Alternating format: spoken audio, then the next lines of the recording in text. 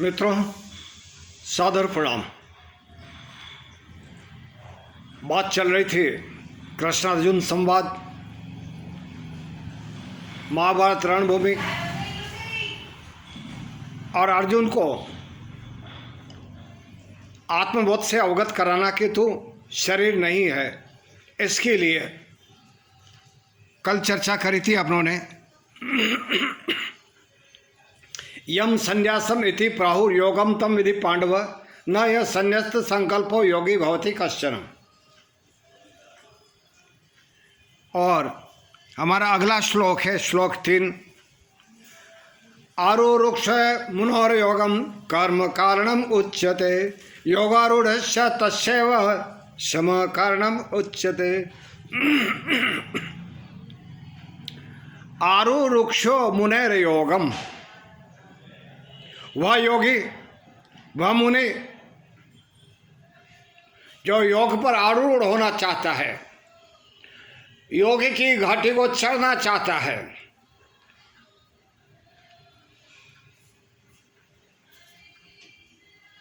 आरुरुक्षो मुनेर योगम। आरुरुक्षो, आरोह इक्षो, आरोह यानी चढ़ाई करने की, अर्थात अपने को योग तक ऊपर उठाने की या योग की घाटी चढ़ने की इच्छा वाला व्यक्ति आरुरुक्ष है। मुनेर योगम, वह मुने, वह योगी, कर्म कारणम उच्यते, उसको निष्काम कर्म करना बहुत आवश्यक है।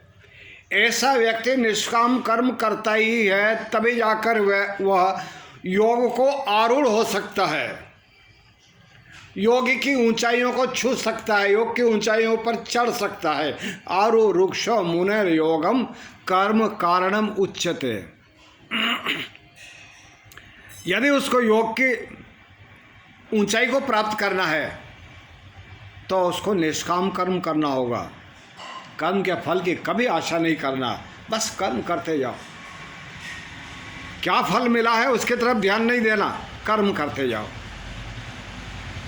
योगारूढ़स्य तस्यैव शम कारणम उच्यते। आरुरुक्ष मुनोर योगम कर्म कारणम उच्यते। योगारूढ़स्य, और योग को आरूढ़ हो जाता है, आत्मबोध को प्राप्त हो जाता है, परमात्मा से मुलाकात कर लेता है। योगारूढ़स्य तस्यैव शम कारणम उच्यते। वह व्यक्ति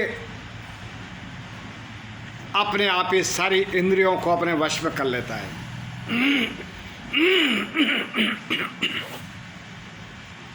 वह व्यक्ति जो योग को आरूढ़ हो गया है, योग के लक्ष्य को प्राप्त हो गया है, योग की ऊंचाइयों को चढ़ चुका है, वह व्यक्ति अपने आप ही सारी विषय वासनाओं से मुक्त हो जाता है।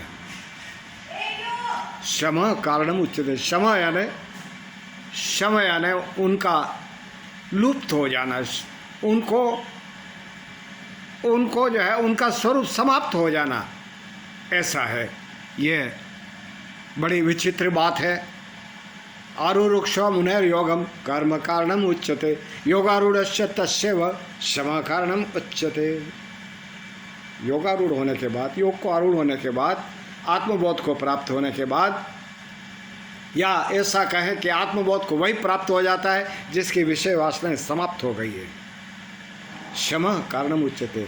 विषय वासनाएं समाप्त हो जाना ही योग को आरूढ़ हो जाने पर प्राप्त होता है। बहुत बड़ी बात है मित्रों, ये आपके और हमारे जीवन में घटित होना चाहिए, तभी जीवन का आनंद मिलता है। और जीवन का यही लक्ष्य है, बाकी चीज़ें तो सब यहीं धरी रह जाएगी। और इस लक्ष्य को प्राप्त करके हम भी जीवन का परम आनंद प्राप्त करें, परमात्मा को प्राप्त करें। इति ओम।